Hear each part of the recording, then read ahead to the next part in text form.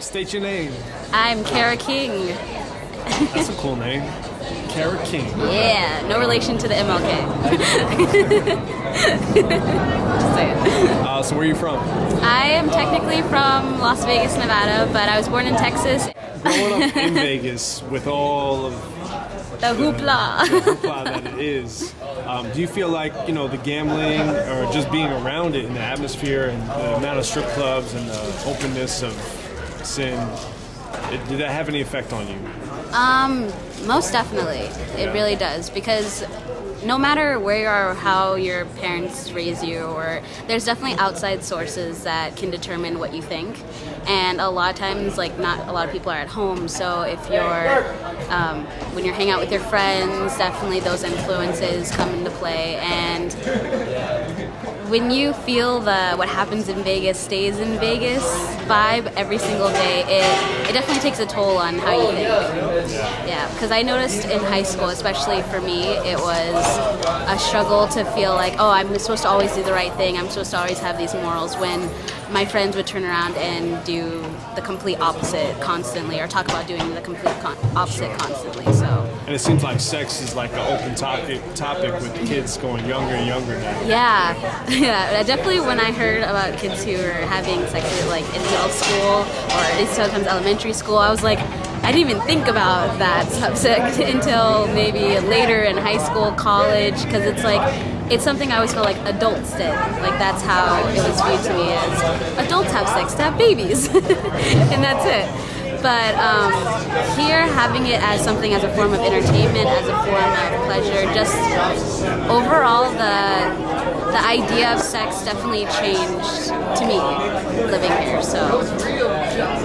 And you talk about having these morals.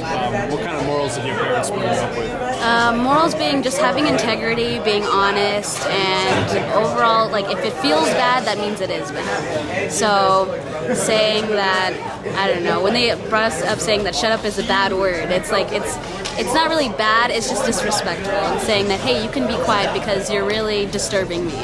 So there's like alternative views of how to do things. There's the nice way, and then there's the mean way. Instead of saying right and wrong, it's nice and mean. Did you grow up in any faith?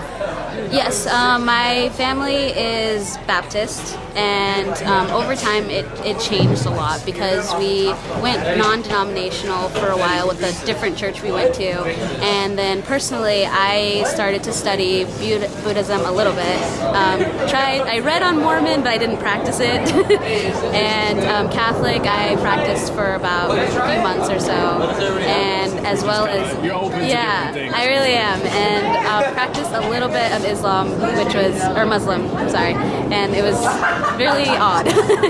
But yeah, so it's definitely like a change. Like, faith is something you should look into, not so much be forced upon. Sure. Well, you definitely believe in God. Yes, I do believe there is a higher power. Like, there's so many reasons as to why I'm here today, but there's always that feeling that you're not the top person. You're not the only thing that's in power in this world. So. Has there ever been an experience in your life that led you to believe that there's like a huge purpose for your life and why you're still here? And have you ever had a near-death experience or anything like that? No. God had their hand in it, No, not yet at all. Like, I'm still trying to discover that. Like, I think through school sometimes I'll be like, why am I even here? Because I work and I don't see what my long-term benefit is. Like, there's never that little sign that says, oh yes, I'm going to be amazing at this, and if I keep working at it, this is what I'll achieve in the end. What your calling is. Right. So definitely it does take time. Some people's come sooner than others, but definitely mine, I don't feel has come yet. I thought it did at one point, but it really hasn't. So, if you were going to pray to God, what medium would you go through? What at this medium? Point in your life? Like, medium, like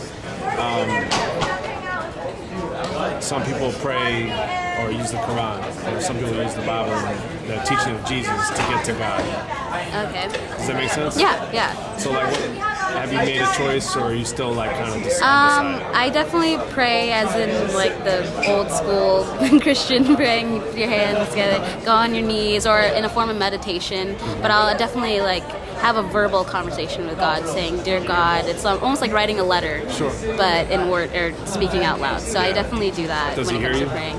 There's some days he definitely does. I have come to times where I thought, at least driving on the freeway, that I wasn't going to make it to a certain place on time, or that my car wasn't going to make it just going through California, or that, like, just the small things where I feel like under the circumstances I shouldn't have made it through, but I did. And it was through him that I felt that power to make it through, so it was good.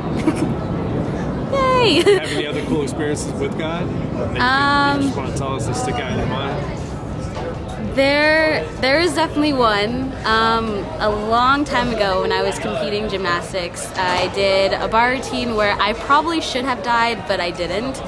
And literally I just flew straight off the bar, hit my head on this springboard thing. It was basically like wood and metal springs, like head first, like crunching down to my neck, and I ended up just walking away from it like it was no big deal at all. But like looking back on that and seeing the video of it, I probably should have. I shouldn't be talking to you to this day. I really shouldn't. Okay. So that's like as close as I think I've gotten to that. Well, thanks for sharing. Thanks for interviewing me.